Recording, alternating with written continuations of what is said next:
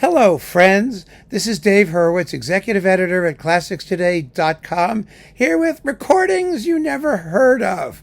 And today we're talking about a niche of the repertoire that so many people don't even know existed. And if they know it existed, they haven't explored it in any depth. But it's kind of amazing. It's Rossini's piano music. Yes, Rossini wrote piano music. He wrote a considerable volume of piano music, at least 8 big CDs worth. That's a lot of music. I mean, you can squeeze them all onto 8 CDs. And all of it was written in his later period. Now, for those of you who only know Rossini because of The Rabbit of Seville, and his overtures, William Tell and, The Lone Ranger and all of those pieces, which are marvelous, absolutely marvelous. He had a very, very interesting career. For the first 30 years or so, until he was in his 30s, he wrote operas. Lots and lots of operas. There's 30 some odd operas, right? I mean, just so many. He lived from 1792 to 1868. So he had a pretty long life. I mean, a reasonably long life. He was 76, 77 when he died. And that's an amazing period, an amazing span of time.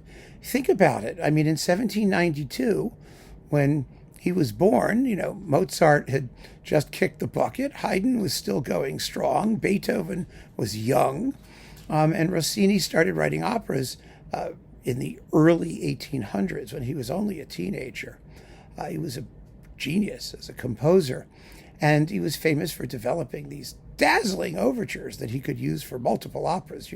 Most of them don't belong to any one opera. He wrote them separately, and he could attach them to whatever he wanted to. And they're fabulous works. They really are. And the operas are fabulous works. But a lot of people, who enjoy his instrumental music, who enjoy these overtures, don't want to go so far as to make a whole, take the plunge and get into all of the operas from that period. And I understand that. Some people want it, some people don't. I mean, opera is a world unto itself. And you get into it at your own pace, if you ever get into it at all. So that's fine. That's perfectly fine. But anyway, by 1829, he had become the world's most famous composer. I mean, Beethoven was terribly jealous of him. And he had gone to Paris and conquered Paris with William Tell and The Siege of Corinth and a couple other operas like that, Le Comte d'Orly, and a series of operas for the French stage. But all of that work for 30 years. And he was a terribly obsessive-compulsive composer. I mean, really obsessive-compulsive. I mean, he would dictate when he conducted. He ran some opera houses as an impresario, like in Naples and places like that. And he would actually dictate how far away the players had to be from one another and how far the music had to be and where their candles, because they had candles to light up the music. That's why all the theaters always burned down in those days. Exactly where they sat and what they did. Anybody who was that obsessive compulsive and who had to deal with the conditions of theater performance in those days where, you had 10 minutes for rehearsals and, everyone was using the same scenery from one thing to another, and you had to have new productions constantly. And it was just unbelievably nerve-wracking for him. And he had a nervous breakdown. He really did. I mean, he quit. He by the time he was in his late 30s, he had it, and he quit writing operas entirely. And so for the next 20 years or so, with his second wife, Olympia Pelletier, whatever her name was, who took very good care of him, he wrote virtually nothing. He wrote a couple of sacred works, his Stabat Mater and some other things like that. But essentially, he had retired from composing. Then, all of a sudden, he got his mojo back. It's the only way to describe it.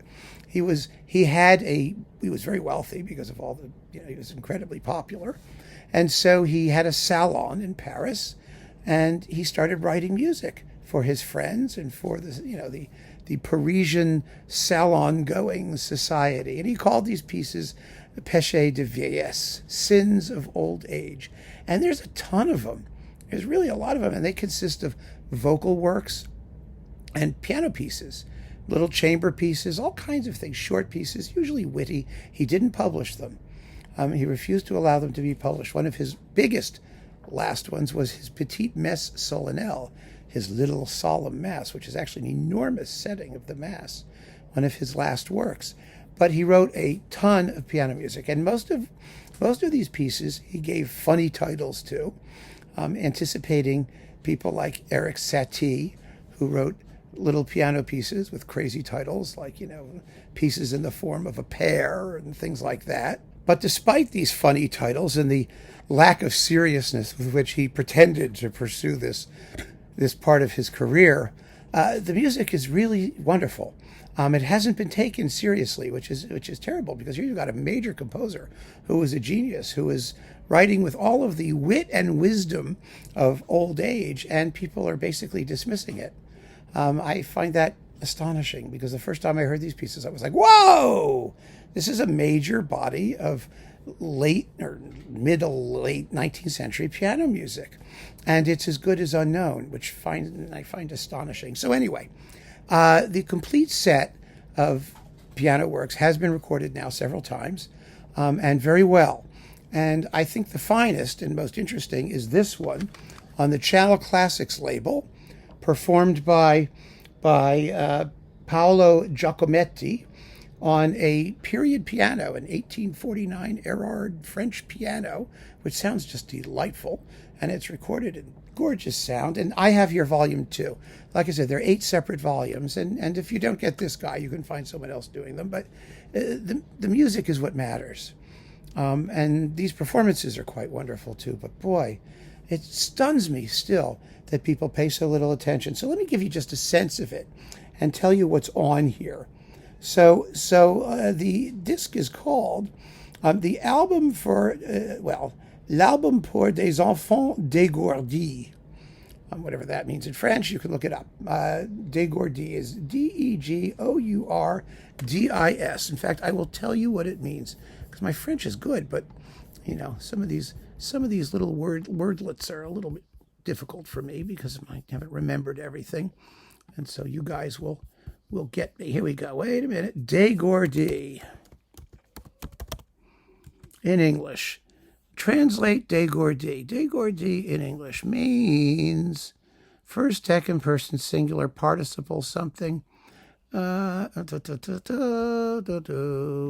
right, fine. Reverso context. It means on the ball. Really? Does it really mean that? On the ball. Dégourdis. Just stretching my legs. Oh, stretched. Oh, for stretched children? Okay. It means stretched. Whatever that means. Okay, it's funny, right? That's the idea. Never mind. Let's talk about the works. Number 1, Mon prélude hygiénique du matin. My hygienic morning prelude. It's in a very healthy and clean C major. Then we have Une caresse à ma femme.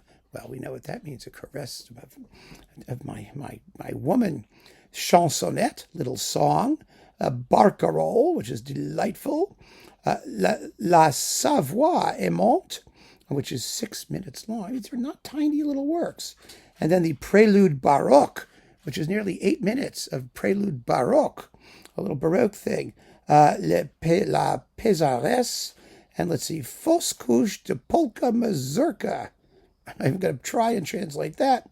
Un enterrement en carnaval, a funeral in a carnival. Okay, an interment at a carnival.